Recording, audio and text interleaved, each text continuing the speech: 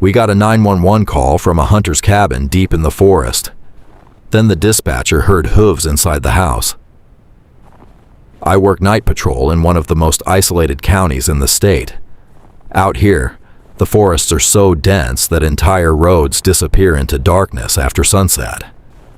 Most nights are quiet. Too quiet.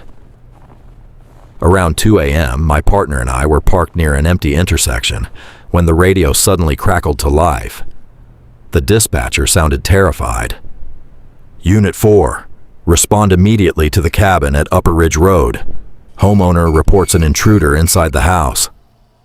My partner grabbed the mic. "What kind of intruder?" There was a pause. Then the dispatcher whispered, "I don't know."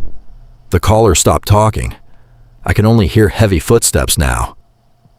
The line filled with loud clopping noises, like hooves hitting hardwood floors. Then a man screaming. The call disconnected. 20 minutes later, we reached the property. The cabin sat alone on top of a hill surrounded by miles of black forest. No lights, no movement.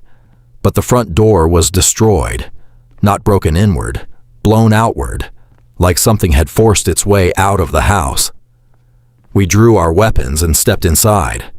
The entire cabin was filled with hunting trophies, bear heads, wolves, massive deer mounts staring at us from the walls with dusty glass eyes. And in the middle of the living room, we found the homeowner, dead.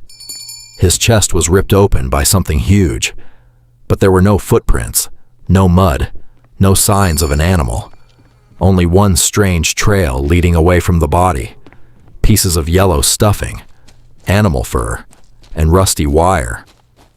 I followed the trail with my flashlight until I noticed an old photograph hanging above the fireplace.